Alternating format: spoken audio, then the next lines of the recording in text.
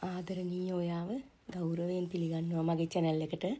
ඉතින් කොහොමද ඔයා සතුටින් සනීපෙන් ඇති කියලා හිතනවා. මමත් සතුටින්. අද මම ඔයත් එක්ක පොඩි දෙයක් share කරගන්න හිතුවා. මම ආස නැහැ මගේ අපි හිතමුකෝ සීනි පිටි ලුණු එහෙම මිරිස් 3-5 ඔය වගේ අපි බෝතල් වල දාගන්නෝනේ බෝතලට මොනවාරි භාජනවල. ඒ බෝතල් වල ඒ භාජනවල ඇතුලේ මේ අව පැහැවිලා ඒව බැඳිලා තියෙනකොට මං ආස නැහැ. හැන්දේ වුණත් මිරිස් 3-5 සීනි පිටි තෙවරිලා තියෙනකොට මම ආස නැහැ චුට්ටක්වත්. ඉතින් මං ඒ වෙනුවෙන් කරන්නේ මිරිස් 3-5 බෝතල් හරි මේ බෝතල් වල ඉවර වුණාම ඉවර වුණු ගමන්ම ඒක සිංක් එකට දානවා හොදන්න. ඒක මම ඒ විදිහටම රීෆිල් කරන්නේ නැහැ. ඒ බෝතලෙටම රීෆිල් කරන්නේ නැහැ. ඒවලෙම හොදලා වේලලා පේපර් සර්වියට් එකකින් පිය දාලා තමයි මම ආයෙ ෆිල් කරගන්නේ. එතකොට හැමදාම අර ඒ බෝතලේ නැවුම් බව ඒකේ පිරිසිදු බව ඒ ලස්සන තියෙනවා. මම හිතනවා ඔයත් එහෙම වෙන්නේ නැති කියලා. එහෙම නැත්තම් අනිවාර්යයෙන් එහෙම කරලා බලන්න. එතකොට ඔය මිරිස් 3-5 බෝතල් වල එහෙම ඇතුළත බැඳෙන්නේ නැහැ. ඉතින් මම මිරිස් කිලෝ එකක් තමයි කරල් ගේන්න එකවර ගෙනහැල්ලා නැටි කප්පලා මම සෝදන්නේ නැහැ. පොල් කුඩු වල දාලා පිහ දානවා. මම මේ වීඩියෝ එකකට අරන් ඉන්නම්කෝ. එහෙම පිහ දාලා තමයි මම මිරිස් කොටා ගන්නෙ. එහෙම මිරිස් කොටලා ලොකු කිලෝ එකක් දාන්න පුළුවන් බෝතලයක දාලා තියෙන්නේ. ඒකෙන් තමයි ඔයා ඉස්සලා දැකපු බෝතලයට මම පුරවගන්නේ. ඒකෙන් තමයි මේ පොඩි වට දාගන්නේ. මිරිස් කෑලිත් එහෙමයි. මේ මිරිස් කෑලි මේ පාරනම් ග්‍රෑම් 350ක් විතර මම කොටාගෙන ආවේ. එතකොට අර මිරිස් කිලෝ එක රැස් යන්නේ නැහැ. ඒකේ තියෙන සැර අඩු වෙන්නේ නැහනේ. අපි නිතර නිතර අරින්නේ නැති හින්දා. ඉතින් සීනි උනත් එහෙමයි. මේ පොඩි එකට දාගන්නේ ලොකු බෝතලෙන් තමයි ඒකේ කිලෝ එකක් කඩලා දාගන්නවා. දාගෙන ඒකෙන් තමයි මේකට නැවත පොඩ දාගන්නේ.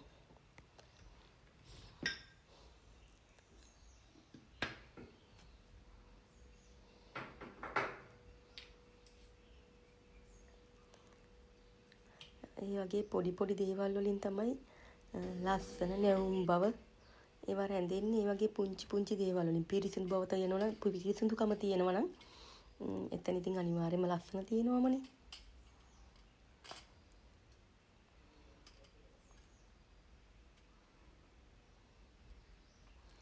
මේකේ මගේ ඉවර වෙලා තිබුණේ මිරිස් කුඩුයි කෑලි මිරිසුයි විතරයි.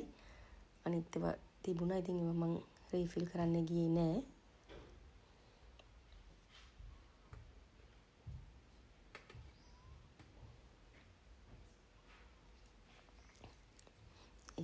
මේකත් එහෙම පුරවගෙන ඉතින් මගේ පොල් කිරිත් ඉවර වෙලා තිබුණා.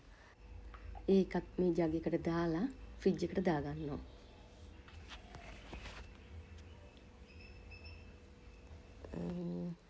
අපි යමු මගේ පුංචි කොරටුව පැත්තට. මේ තියෙන්නේ වැටකොළු.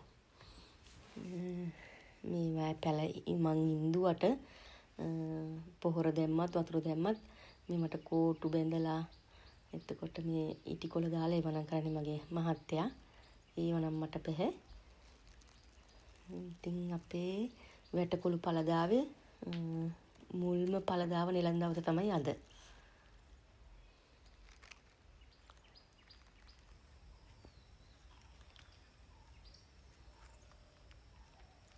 මේ උදේ 6:30ට විතර ඇති. ඉතින් මං උදේ 6:30ට විතර මේක කපලා ඒකට ඕන කරන පොල් කිරි මිරිස් 3-5 ඒවා කපලා තේරම ඇතිලියට දාලා ගියේ මම. ඒකල්ලා මේක සුද්ධ කරලා එහෙමම එදා උයා ගත්තා. මට ඒ වීඩියෝ එක නම් ගේන්න බැරි වුණා.